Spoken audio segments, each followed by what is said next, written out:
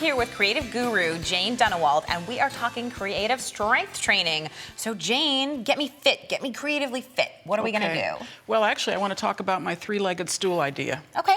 So if you think about what you make, there are three parts to it. The first part, one leg of the stool, that's the process that you use. So it's screen printing, or it's drawing, or it's painting, or it's tossing a pot, whatever it is you do.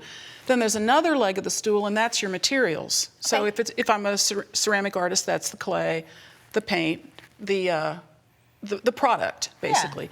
But you know, sometimes people have plenty of product and they have plenty of materials. They've been workshopped, junkied out, and they still don't quite know what to do with what they've got there, with what their skills, the skills they've developed are. And I'm convinced that that's when we need to pay attention to content. And content's the passion, it's what we care about.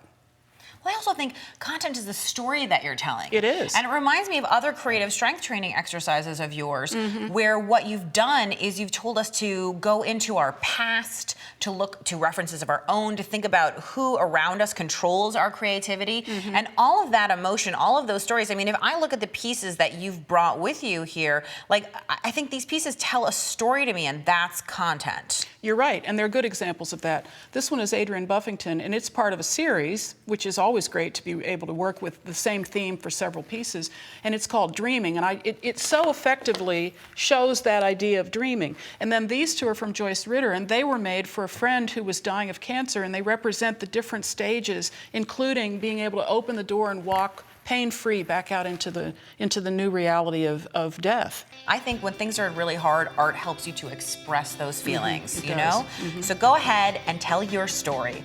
That's today's creative strength training tip.